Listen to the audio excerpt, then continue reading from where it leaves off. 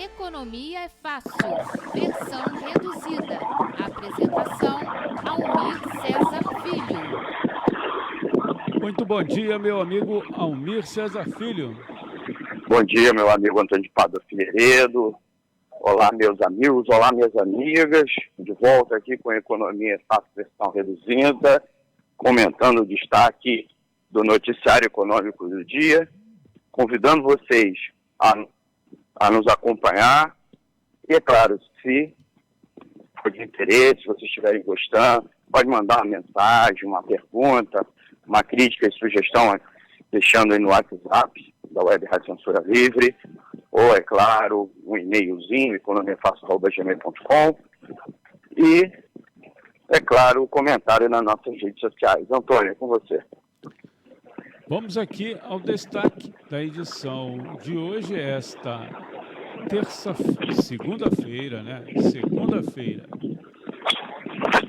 Emprego informal bate recorde em 20 estados. 1 em cada 4 desempregados procura trabalho há mais de 2 anos. Por favor, Almir. Antônio, o noticiário econômico, principalmente ligado aos veículos dos grandes empresários, né, as grandes empresas de comunicação, estão procurando dar destaques positivos com relação à queda do desemprego. É muito mais uma tentativa de legitimar a política econômica de Paulo Guedes, né? A gente já comentou aqui inúmeras vezes o quanto o governo Jair Bolsonaro sofre por setores na mídia uma oposição sobre quase todos os temas que esse governo lida, né? Menos a política econômica. A política econômica é muito blindada. Essa rachadura da blindagem pode ter acontecido na semana passada com a série de críticas às declarações de Paulo Guedes. Para começo de conversa, as declarações de Paulo Guedes são estranhas, mas a crítica que a imprensa vem fazendo é porque é o perfil de Paulo Guedes. Paulo Guedes, já mesmo antes de ser ministro, fazia declarações muito estapafúrdias. E assim mesmo havia um processo de blindagem a ele. Só que eu acho que muito provavelmente aumentou também o tom da bobajada que ele fala. Isso se deve a 2 motivos. Um é porque é uma blindagem muito maior a ele deve estar se sentindo muito à vontade para falar o que pensa, como também porque há uma dificuldade de mostrar sinais positivos da economia.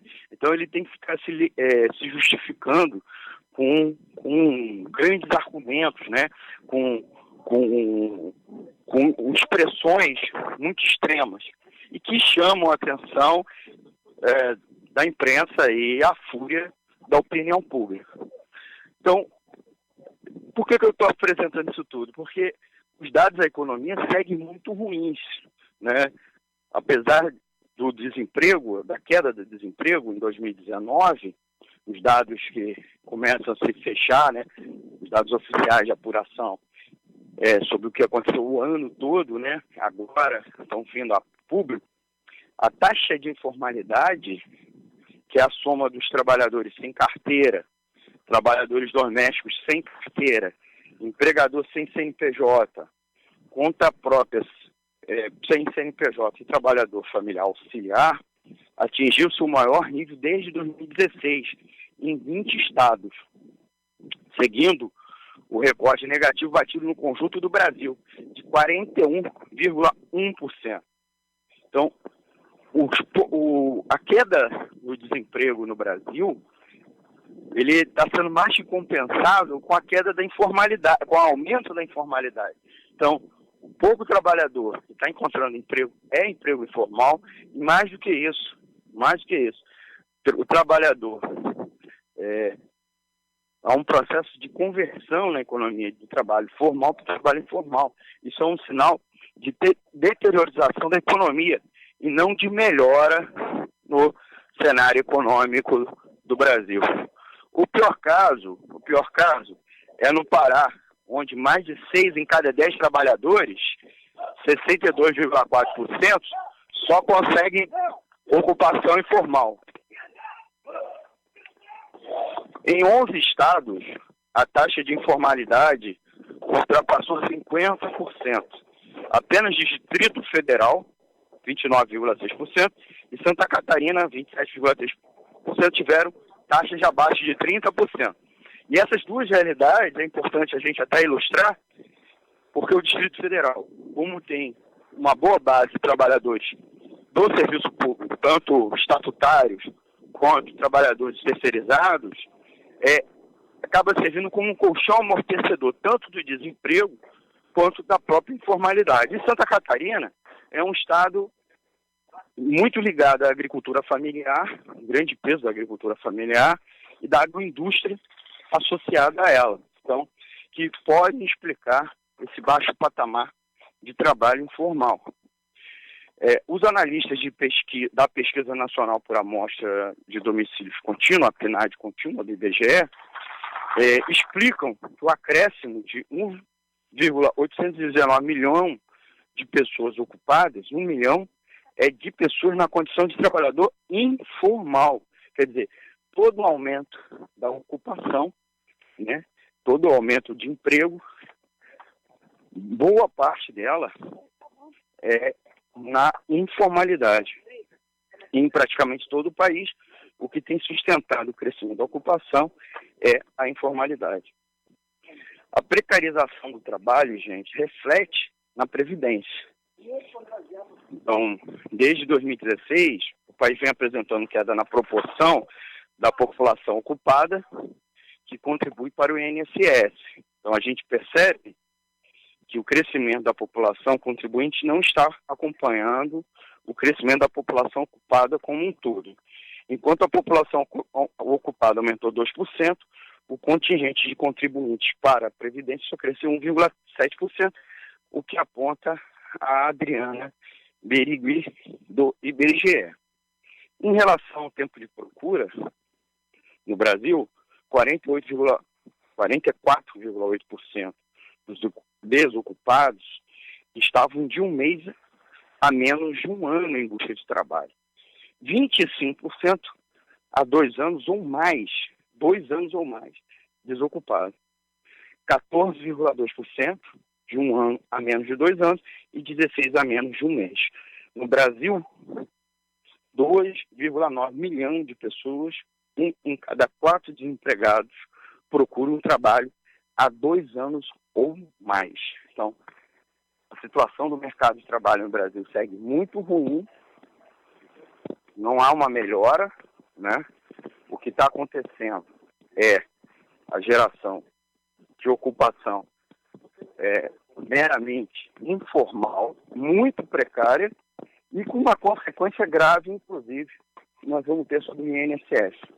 E ao contrário de todo o discurso econômico dos últimos 3 anos, não podemos limitar só o governo Bolsonaro e Paulo Guedes. Nos últimos 3 anos, quase 4, se falava que a aprovação da agenda neoliberal,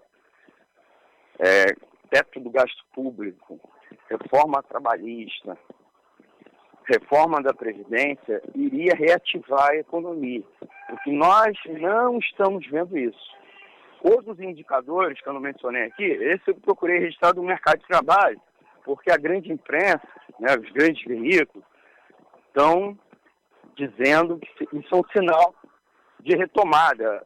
Esse final de semana eu tive a oportunidade de ver uma entrevista num grande veículo de imprensa, a entrevista do presidente do Banco Central, ele falando que o espaço da economia está dando certo, é claro que num ritmo mais devagar do que o esperado. Ora, nós que somos críticos dessa política econômica, sabemos que iria acontecer isso, que a economia vai andar de lado.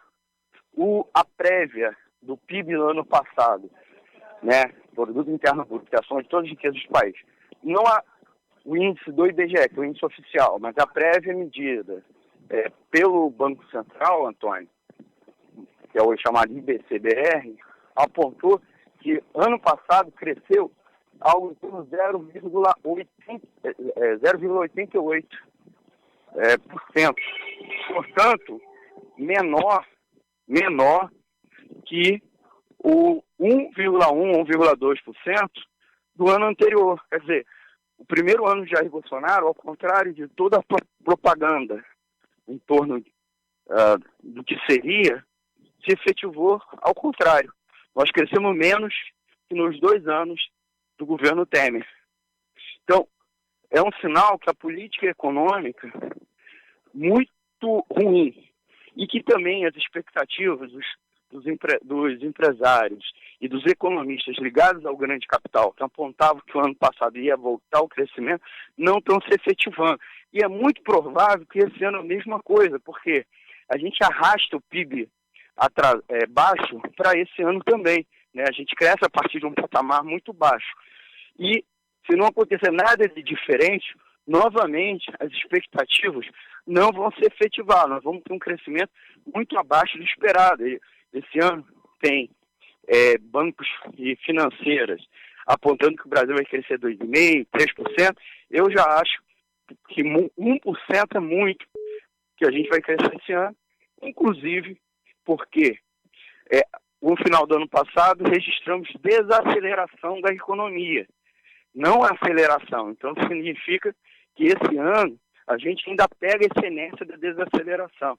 E outra coisa, a taxa de investimento, né, que é o percentual de investimento em relação ao tamanho do PIB. Os empresários não estão investindo. E o poder público menos ainda, né? Obras estão paralisadas, mesmo atividades regulares do serviço público, né? O custeio está sendo cortado pelo governo federal. Então, isso tem um impacto na economia, jogando para baixo a atividade econômica.